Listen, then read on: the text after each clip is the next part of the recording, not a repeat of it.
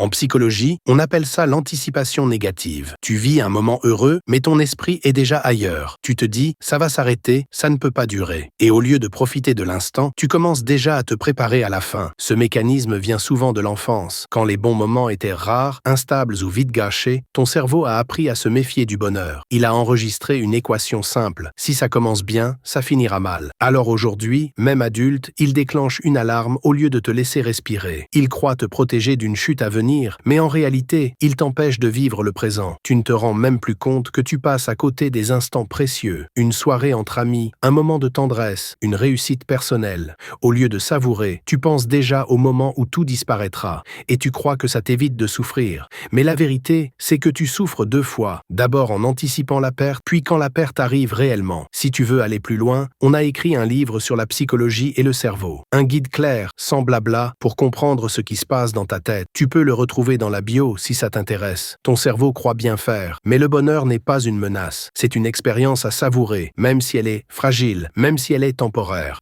Parce que ce n'est pas sa durée qui lui donne de la valeur, mais son intensité. La vraie liberté, c'est de s'autoriser à goûter chaque instant sans l'étouffer sous la peur de sa fin.